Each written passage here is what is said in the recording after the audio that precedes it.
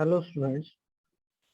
जो last topic हमने discuss किया था वो डिस्कस किया था आपका कि आपके किस टाइप के लैंग्वेज प्रोसेसर होते हैं, काम कैसे करते हैं। आज जो हम डिस्कस करेंगे वो डिस्कस करेंगे आपका यूटिलिटी सॉफ्टवेयर्स के बारे में कि यूटिलिटी सॉफ्टवेयर क्या है, क्यों हमें जो है उसकी जरूरत पड़ती है। तो आपने देखा होगा घर में भी आपका जो है कूड़ा करकट होता है, उसको हम साफ करते हैं तो वो हमारे हाउस कीपिंग टास्क कहलाता है। हाउस कीपिंग टास्क हम उसको बोलते हैं कि आप जो साफ सफाई रखते हैं, that is comes into a single word which is called house keeping.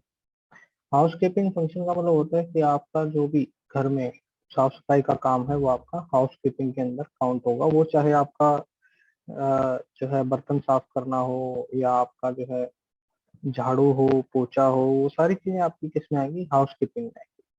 तो आपका जो मेन मोटो होता है हाउस कीपिंग का वो ये होता है कि आप अपने घर को क्या रखते हैं, क्लीन एंड हाइजेनिक, वो आपका मोटो है। तो यहाँ पर भी जो हमारा कंप्यूटर सिस्टम है उसके अंदर भी हमारे कुछ इस टाइप के टास्क होते हैं जो कि यूटिलिटी सॉफ्टवेयर की हेल्प से हम करते हैं, जो कि हाउस कीपिंग का काम करते हैं। किस तरीके से हाउस कीपिंग का काम करते हैं, सपोज करें आपके सिस्टम में वायरसेस आ गए, वायरसेस एंटर कर गए तो उन वायरस को निकालने का काम हम करते हैं।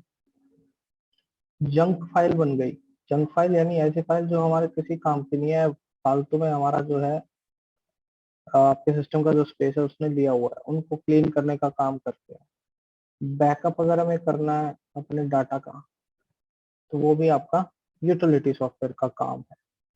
फाइल्स और फोल्डर को मैनेज करना है, कौन सी फाइल फोल्डर कहाँ पर रहेंगे तो उनको मैनेज करने का काम भी आपका यूटिलिटी सॉफ्टवेयर का। तो ये सारे काम आपके हाउस कीपिंग टास्क के अंदर आपका आते हैं। और इन सारे टास्क को परफॉर्म करने के लिए हमारे पास क्या है, यूटिलिटी सॉफ्टवेयर हैं जो कि हमारी हेल्प करते हैं ताकि हमारा कंप्यूटर सिस्टम जो है उसकी फंक्शनिंग, उसका जो काम है वो अपना काम बिल्कुल स्मूथ तरीके से करे, किसी टाइप का कोई भी प्रॉब्लम यूजर को ना आए। तो जो आप पहली लाइन इसमें पढ़ेंगे तो उसमें यही बताया कि utility are those helpful program that ensure the smooth functioning of computer. Computer की स्मूथ फंक्शनिंग के लिए हमारी हेल्प करते हैं। Utilities are mean to assist your computer. Utility का काम है कि आपके कंप्यूटर सिस्टम की हेल्प करना कि कहीं पे भी जो प्रॉब्लम आ रही है उसको सॉर्ट आउट करे। कर some utility help you backup data, कुछ यूटिलिटी हमारी हेल्प करती है डाटा बैकअप लेने में।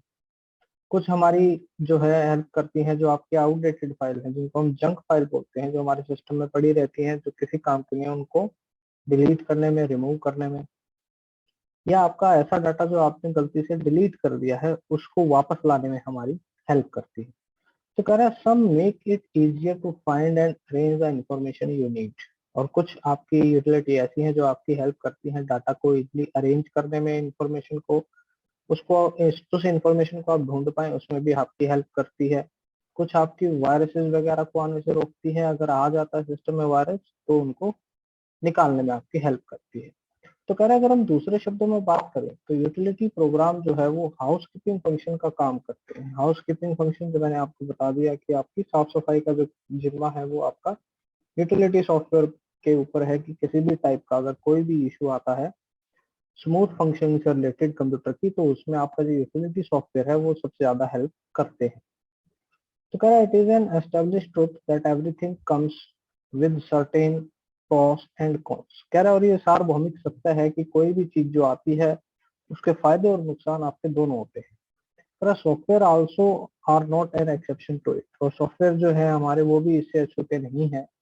तो कह रहा है जो आपकी यूटिलिटी है, bridge the gap by helping to solve the problem and maximise your computer potential.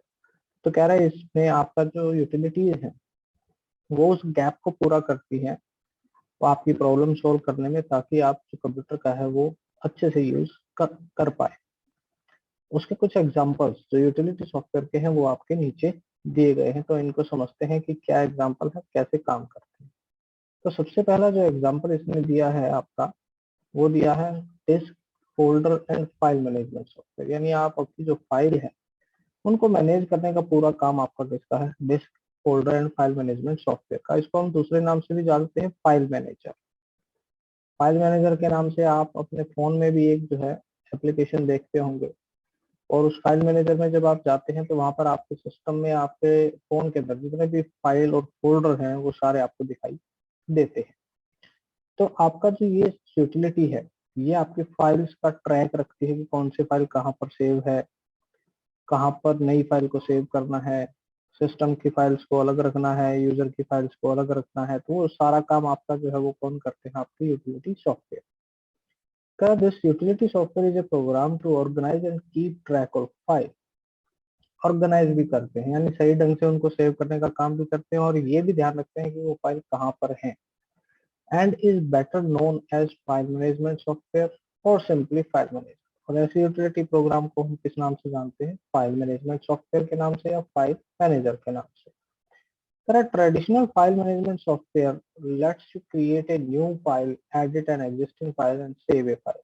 कह रहे जो फाइल मैनेजमेंट सॉफ्टवेयर है वो आपकी हेल्प करते हैं नई फाइल बनाने में। अगर आपकी कोई फाइल पहले से बनी हुई है, एग्जिस्टिंग है, उसको एडिट करना हो या सेव करना हो तो उसमें आपकी हेल्प करते हैं। इसके अलावा कह रहा है it even let you manage file with the ability to group them into folder. कह रहा है अगर आपने उन सारी फाइल्स को ग्रुप में इकट्ठा करना है तो उसमें भी आपकी हेल्प करते हैं। बाय नेम आपने एक ग्रुप बनाना है, बाय साइज आपने उन फाइल्स को इकट्ठा करना है, बाय टाइप आपने उन फाइल को इकट्ठा करना है, तो उसमें भी फाइल मैनेजर आपकी सबसे ज्यादा हेल्प करता है। करें it maintain a hierarchical file system that uses directory folder to organize file into a tree structure। कह रहे दूसरा सबसे इम्पोर्टेंट चीज कि आपकी जो फाइल सिस्टम है वो आपका कंप्लीट एक ट्री स्ट्रक्चर बना के रखता है कि कौन सी फाइल कहाँ पर है। ट्री स्ट्रक्चर से यहाँ पर मतलब सपोज हमारा एक मेन फोल्डर है ए, ठीक, इस मेन फोल्डर में आपके और सब फोल्डर है, सपोज एक बी फोल्डर है, एक सी फोल्डर है, और इस बी सी फोल्डर में भी आपके फर्दर फोल्डर है। तो आपका जो फाइल सिस्टम है उसको जो पाथ है वो याद है कि सबसे पहले जो है वो ए फोल्डर में जाएगा। ए फोल्डर में आपको सपोज बी में जाना है तो बी में गए, फिर आप उसके अंदर कोई ई फोल्डर है उसमें गए, फिर एफ में गए। तो ये जो आपका पाथ है ये पाथ क्रिएट करने का काम किसका, आपके फाइल मैनेजमेंट सॉफ्टवेयर का। तो जो भी आप फाइल अपने कंप्यूटर सिस्टम में खोलते हैं तो आपको ऊपर एक जो है पाथ दिखाई देता है जिसके अंदर आपको कुछ इस तरीके से पहले तो ड्राइव का नाम आता है, फिर फोल्डर का नाम आता है, फिर आपका उसके अंदर कोई दूसरा फोल्डर है जिसमें आप हो उसका नाम आता है, और फिर आपका फाइल का नाम आता है। तो यही आपका क्या बोला जाता है, ट्री स्ट्रक्चर। यानी आपका एक ट्री स्ट्रक्चर है कि सबसे मेन फाइल कौन सी है, रूट फाइल जिसको हम बोलते हैं। अगर आप अपने घर का ट्री स्ट्रक्चर बनाएं तो उसमें सबसे पहले जो है आपके ग्रैंड पेरेंट्स आते हैं। ग्रैंड पेरेंट्स यानी आपके दादा दादी हैं मेन रूट, और उनसे फिर आपके क्या है, जो भी आपके फादर हैं या चाचा हैं या ताऊ जी हैं वो आपके फिर उसके अंदर आते हैं। ठीक, सपोज इनके तीन सन, 1 2 3 तीन सन है ग्रैंड पेरेंट्स के, इनकी भी अपनी खुद की फैमिली है। तो इस तरीके से आपकी फैमिली का ये क्या बन गया, ट्री स्ट्रक्चर बन गया। तो इसी तरीके से आपकी जो फाइल और फोल्डर है उनका भी क्या होता है, ट्री स्ट्रक्चर होता है। कह रहा है other than basic file management this utility software offer many other feature like indexing and fast searching of data. कह रहा है ये जो आपके बेसिक फाइल मैनेजमेंट है इनके अलावा भी यूटिलिटी सॉफ्टवेयर जो है इस टाइप के कुछ और सर्विसेज प्रोवाइड करते हैं, जैसे कि डाटा को सर्च करने में आपकी हेल्प करते हैं, कितनी जल्दी सर्च करके देते हैं। सर्च का बटन आपको मिलता है, उसमें आप फाइल का नाम डालते हैं, एंटर करते हैं। बाकी काम किसका है, फाइल मैनेजमेंट का है कि वो फाइल आपको सर्च करके देगा।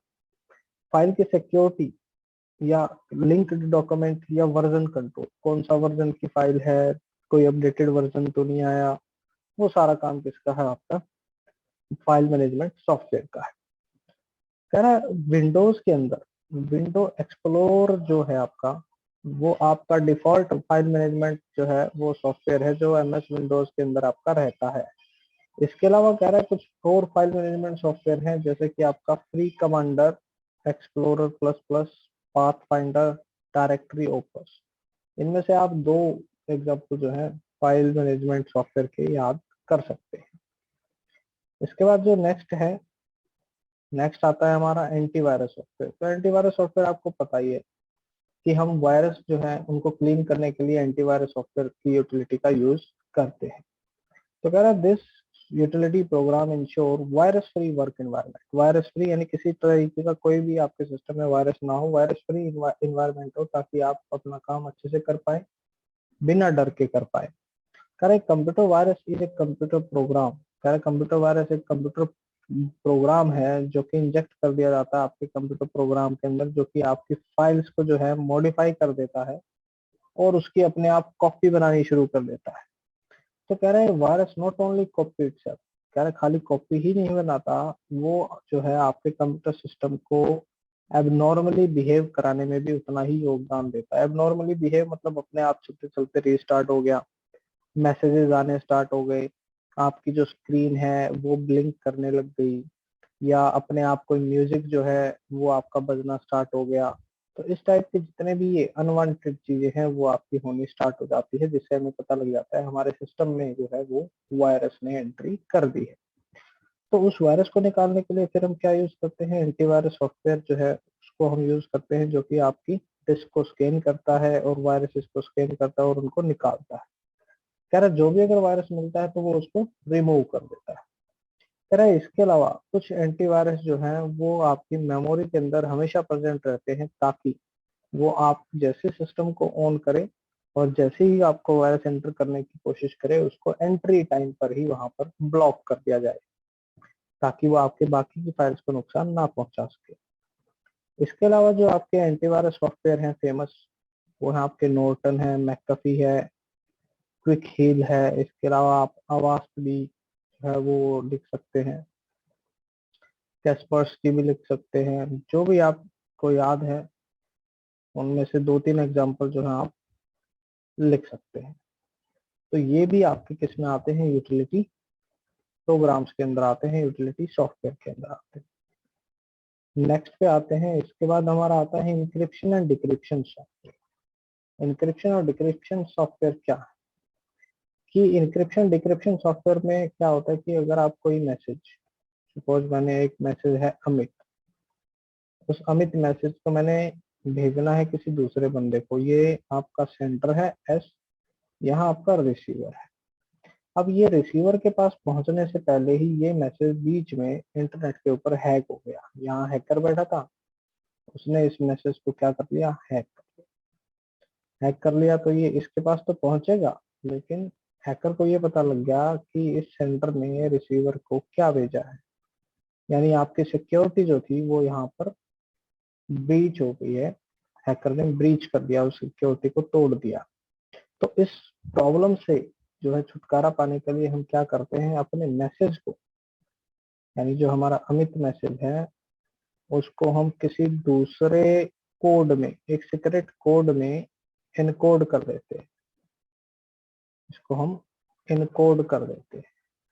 सपोज मैं एक टेक्निक बता रहा हूँ इनकोडिंग की, ऐसा जरूरी नहीं कि इसी टाइप की टेक्निक का यूज होता हो, मैं एक एग्जांपल के रूप में बता रहा हूँ। हमें पता है ए टू जेड तक हमारे पास जो है अल्फाबेट्स हैं। मैं कहता हूँ कि हमारे पास 26 हैं ए टू जेड।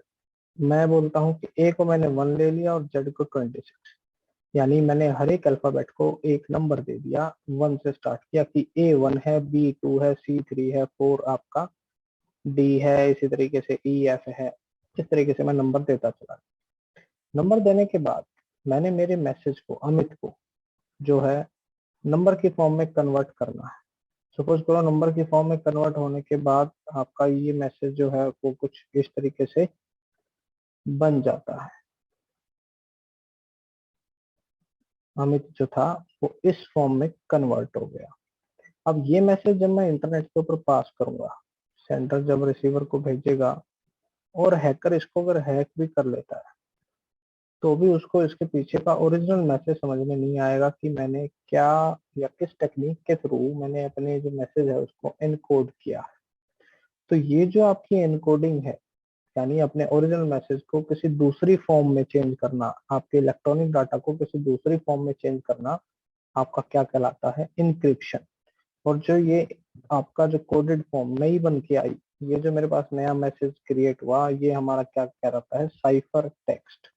यानी कोडेड फॉर्म में जब आपका डाटा कन्वर्ट हो गया, that is called cipher text. तो कह रहे हैं encryption refer to the conversion of electronic data into another form, encrypted form called cipher text. Encrypted form को हम क्या कहते हैं? साइफर टेक्स्ट कहते हैं। Which can not be easily understood by anyone, कह रहे किसी के द्वारा उसको समझना बहुत मुश्किल होता है, एक्सेप्ट ऑथराइज्ड पार्टी, केवल उनको छोड़कर जिनको हमने ऑथराइज किया हुआ है, जिनके पास एक्सेस है, जिनको उस एनकोडिंग स्कीम का पता है।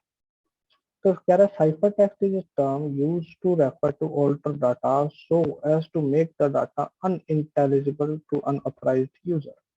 कह रहा साइफर टेक्स्ट आपकी एक टर्म है जिसके अंदर हम डाटा को जो है ऑल्टर कर देते हैं, मॉडिफाई कर देते हैं दूसरी फॉर्म में, ताकि जो आपके अनऑथराइज यूजर हैं उस मैसेज को समझ ना सके। तो कह रहा the primary purpose of encryption is to protect the confidentiality of digital data. Primary purpose encryption का क्या है कि आपकी कॉन्फिडेंशियलिटी को बनाए रखना, यानी आपकी प्राइवेसी को बनाए रखना, यानी आपका जो डाटा है वो किसी दूसरे के पास बहुत आसानी से जो है वो ना पहुंच पाए। कह रहा है चाहे वो आपका सिस्टम में स्टोर हो या ट्रांसमिट हो इंटरनेट के ऊपर या किसी भी नेटवर्क के ऊपर। तो ये तो हमारा कहलाता है इंक्रिप्शन। इसका जो उल्टा होता है इंक्रिप्शन का, दैट इज कॉल्ड डिक्रिप्शन। भाई अब डाटा आपका इंक्रिप्टेड फॉर्म में रिसीवर के पास पहुंचा, अब रिसीवर तो वापस उसको क्या करेगा? ओरिजिनल फॉर्म में कन्वर्ट करेगा। तो वापस जो ओरिजिनल फॉर्म में कन्वर्ट करेगा उसको हम क्या बोलते हैं? डिक्रिप्शन मेथड बोलते हैं, यानी कन्वर्टिंग साइफर टेक्स्ट को ओरिजिनल फॉर्म में जो है कन्वर्ट करना यूजिंग करेक्ट की मतलब सही इनकोडिंग स्कीम के साथ, तो वो आपका क्या कहलाता है? डिक्रिप्शन कहलाता है।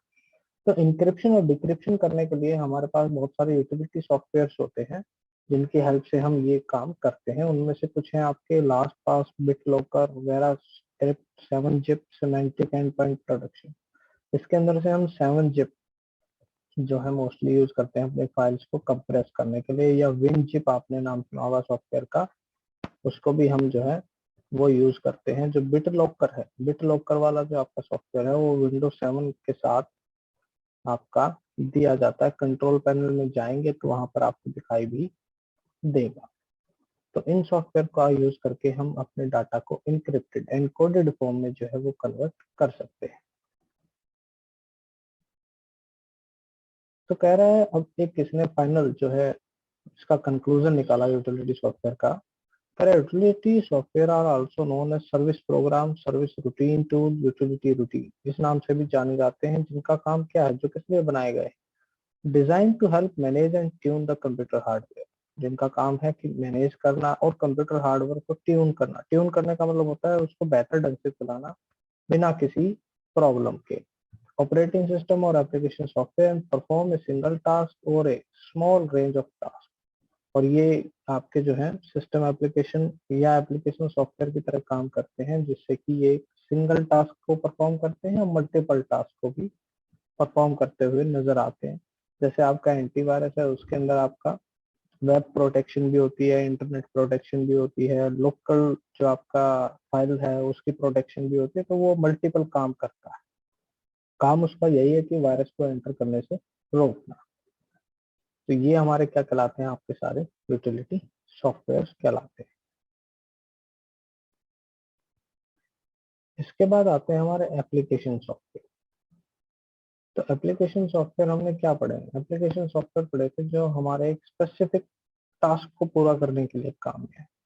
मतलब एक काम है हमारा कि हमने पेंटिंग करनी है, तो हम उसके लिए आपका स्पेसिफिक सॉफ्टवेयर यूज करते हैं एमएस पेंट। एमएस पेंट में हम जो है कोई भी पेंटिंग कर सकते हैं। ऐसे ही अगर हमें कोई डॉक्यूमेंट बनाना है तो हम वर्ड, एमएस वर्ड का यूज करते हैं, इसका भी स्पेसिफिक काम है। अगर हमें फोटो एडिटिंग करनी है तो हम फोटोशॉप का यूज करते हैं। ये भी एक स्पेसिफिक सॉफ्टवेयर है जो कि स्पेसिफिक काम करता है, एडिटिंग पर्पज के लिए यूज होता है। तो ऐसे सॉफ्टवेयर जो एक स्पेसिफिक पर्पज के लिए यूज होते हैं वो आपके क्या कहलाते हैं? एप्लीकेशन सॉफ्टवेयर कहलाते हैं। तो कह रहा है this type of software pertain to one specific application, एक एप्लीकेशन के लिए काम करते हैं। For instance a software that can perform railway reservation. कह सपोज करो एक सॉफ्टवेयर है जो कि रेलवे रिजर्वेशन करता है, उसका काम रेलवे रिजर्वेशन करने का है। वो आपके स्कूल का रिजल्ट नहीं बना सकता, क्योंकि उसका काम तो रिजर्वेशन करने का है।